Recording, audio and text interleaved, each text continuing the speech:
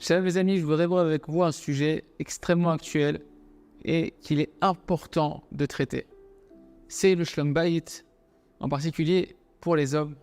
Et face au cas de divorce qu'on voit aujourd'hui, cette solution qui paraît tellement facile, tellement accessible aujourd'hui et tellement en vogue que Dieu nous en préserve, au lieu de penser à croire que c'est la solution la plus facile qui va arranger tous les problèmes, on doit savoir que ce n'est pas du tout une solution.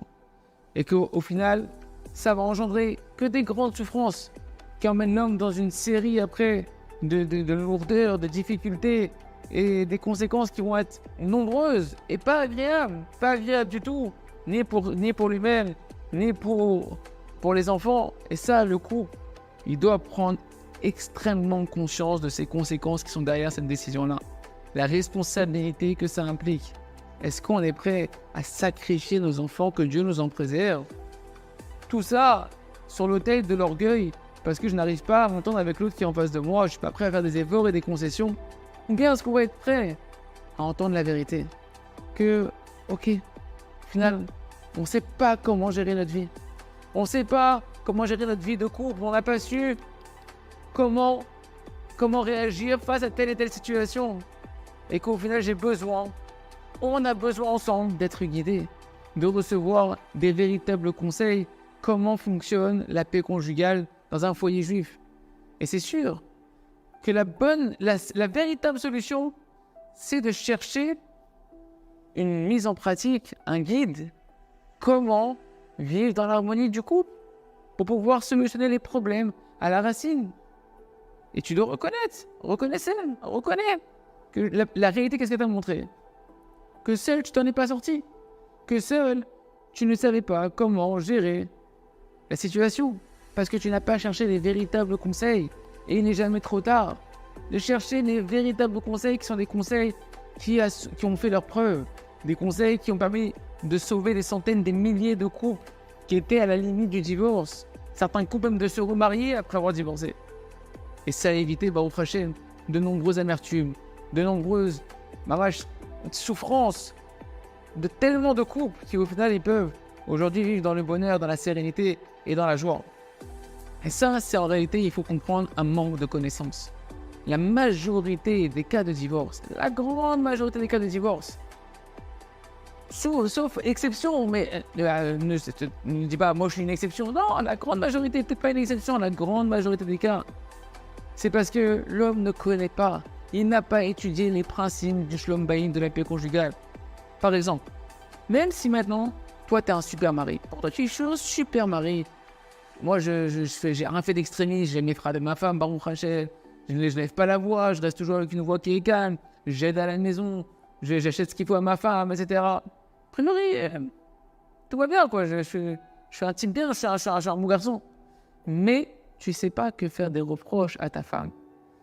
Mamache, peu importe la raison, même la reproche la plus justifiée, ça rend la vie de ta femme amère. Ça lui rend en réalité un goût désagréable et elle sent que pour elle, il vaut mieux mourir que vivre. Tellement elle perd tout l'oxygène de sa vie. Si tu sais pas ça, alors t'as beau tout faire, tu comprendras jamais pourquoi ta femme elle souffre et pourquoi elle te rend la vie amère. Celui qui connaît un tout petit peu, qui a un tout petit peu étudié comment fonctionne une femme, quelle est l'essence spirituelle de la femme, comment elle a été façonnée par Kadosh Baruch Hu, pour lui c'est clair. C'est clair comme de l'eau de roche, c'est limpide pour lui. Et il comprend que c'est le principe numéro 1 du shalom bayit, de la paix conjugale, qu'il n'y aura jamais de possibilité de vivre dans une vraie harmonie de couple tant que le mari il continue à faire des reproches à sa femme. Mais celui qui ne connaît pas ce principe-là, qui ne l'a jamais étudié ou qui l'a entendu par-ci et par-là, mais qui ne l'a pas assimilé, qui n'a pas prié pour le rentrer à l'intérieur de lui, le mettre en pratique, etc., il aura beau faire tous les efforts d'être un bon mari, il n'aura pas la paix conjugale à la maison. Parce qu'il n'y a aucune femme au monde qui est faite pour supporter les reproches de son mari, peu importe la manière. Et ça, ça doit être clair. Interdiction de faire des reproches à sa femme, même la plus justifiée.